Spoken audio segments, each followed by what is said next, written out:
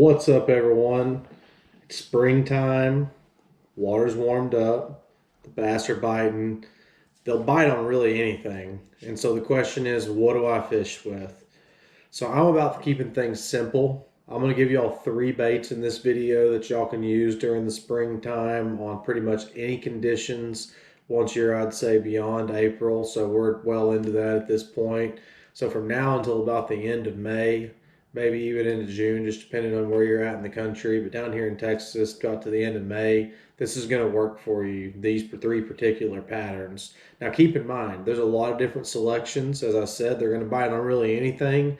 So there may be certain days that one thing's the deal versus the other, but I guarantee you if you take these three particular baits types out there, you're going to catch fish pretty much any day. So stay tuned. All right, so this first bait type is really a personal favorite for me.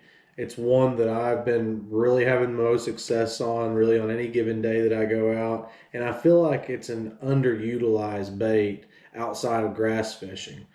I'm talking about a chatterbait, or for me, it's always going to be a jackhammer unless I'm going down to a mini mag. But at the end of the day, a jackhammer is what I'm going to use. If it's a good chatterbait bite, or I feel like they just want something a little more finesse, I'm going to go to this little mini mag. They're both Z-Man. That's personally what I fish, but there's the slobber knocker and there's all kinds of other versions of bladed jigs out there. So that's really what we're talking about here. Why do I like these? Well, you can cover a lot of water for one. Another thing that I really like about it is it's a very versatile bait. I feel like it's a bait that a lot of people just throw out and cast and retrieve. They may add a little bit of action to it by pumping the rod or something like that, but they really underutilize the fact that this is no different than throwing a square bill, in my opinion. And why I say that is because these come in a lot of different ways. This is a half ounce, they go to a 3/4, they go up to a quarter, an ounce and a quarter. And if you think about that, an ounce and a quarter bait, you're going to be able to throw it in 15, 20 feet of water, and you're going to be able to move it pretty quick. And it's going to be bumping the bottom the whole time you're doing that.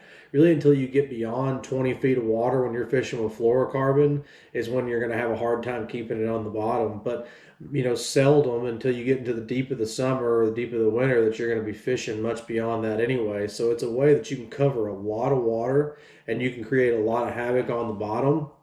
And I'd say, other ways is yo-yoing the bait off the top. And, there's going to be days when just a straight reel is going to work, but it's a very versatile bait that you can cover a ton of water. You can catch some really big fish, whether it's just mini mag or whether it's something that's more traditional style and size.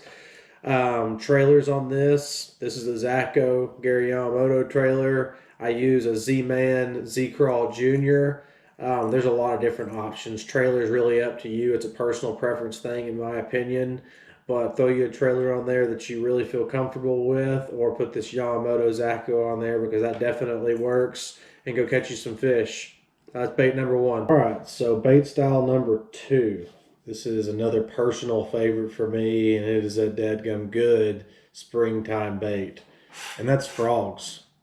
It's going to be any types of frogs.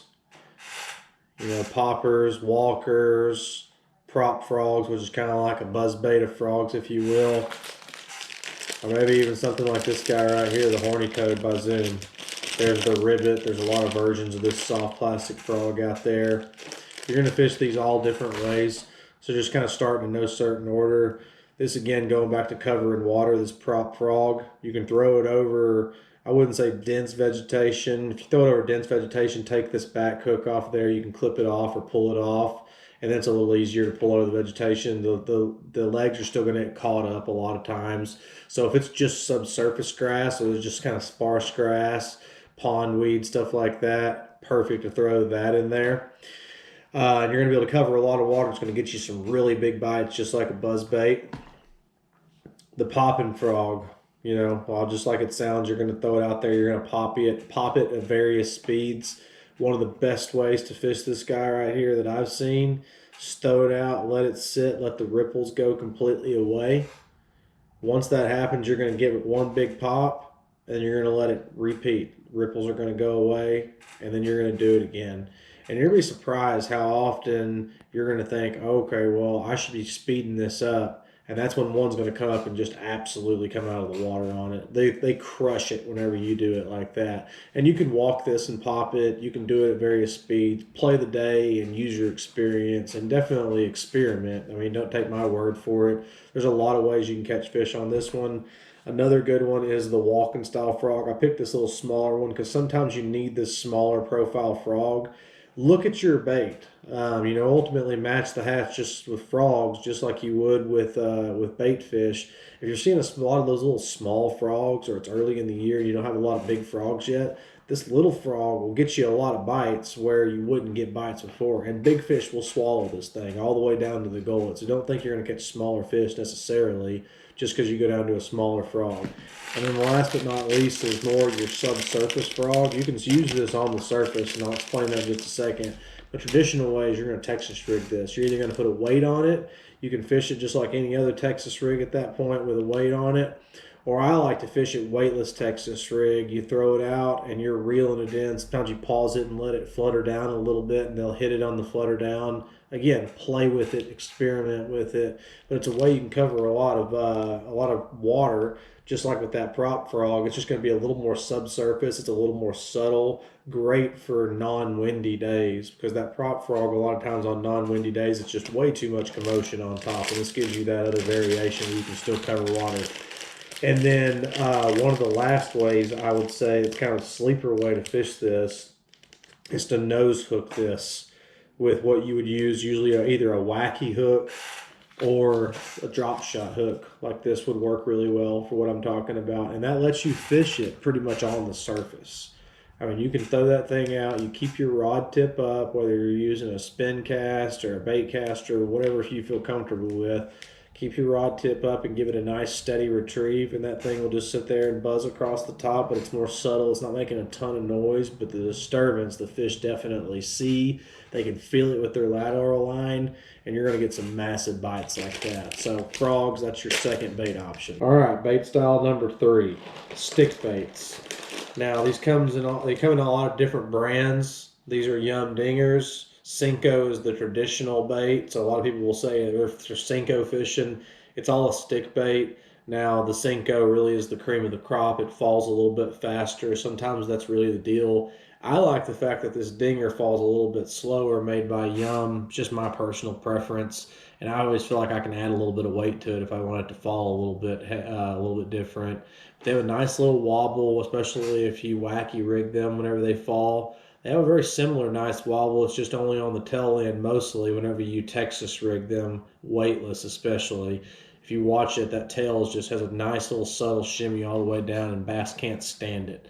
And so that's really the two traditional ways that I'm going to fish. It's going to be wacky rig or it's going to be Texas rig. Sometimes I'm going to add a weight either way. A new way I've seen it fish, and I'm going to start trying this myself, is putting it on a shaky head and hooking it wacky. That shaky head weight of that head will give it a little bit more of a faster fall rate, and it just literally makes both ends of this thing wobble on the way down. And you can imagine what that does to a bass and the attention that it gets. So there's going to be a lot of days that's going to get a lot of bites. This is black and blue black with blue flake, very traditional. June bug is another color that I use a ton of. It's a great clear water and dirty water bait, so you can kind of cover both grounds if you're mixing mixed water. Green pumpkin, of course, California 420, green pumpkin red flake, watermelon red flake. Green pumpkin red flake would work as well. I mean, really, when you start getting the colors, pick your preference and also kind of match your hatch. If they're around a bluegill bite, match their color. If they're around shad, then you're going to use something a little more silver or white, something like that. But, keep all that stuff in mind. Really, it's about being observant and just kind of tinkering around when you're on the water. But these are 3 bait options, ultimately, you can take out anytime during the springtime while fish are between that pre to post spawn phase. They're in all 3 right now. They're in pre, they're in spawn, and they're in post spawn right now. And any of these fish will hit these 3 types of baits from my experience. So I hope that gets some of you guys some more bites. If y'all have any questions, as always, you can put them in the comments, and I'm happy to help. I also want to hear y'all's feedback. What are your top 3 bait? Put them in the comments. I'd love to hear.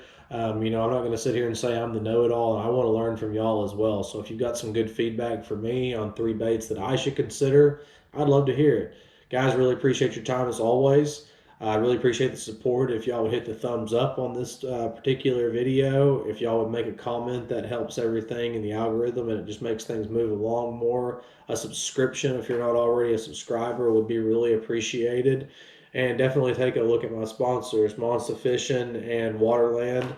I'll put the links up for both of them down in the description of this video, and you're going to see both of them flash up here at various times as I just mentioned it. And there's going to be a couple of discount codes for you as well. You can get 15% off anything in the stores on both the websites. Any questions about that, let me know. Thank you so much for the support, guys.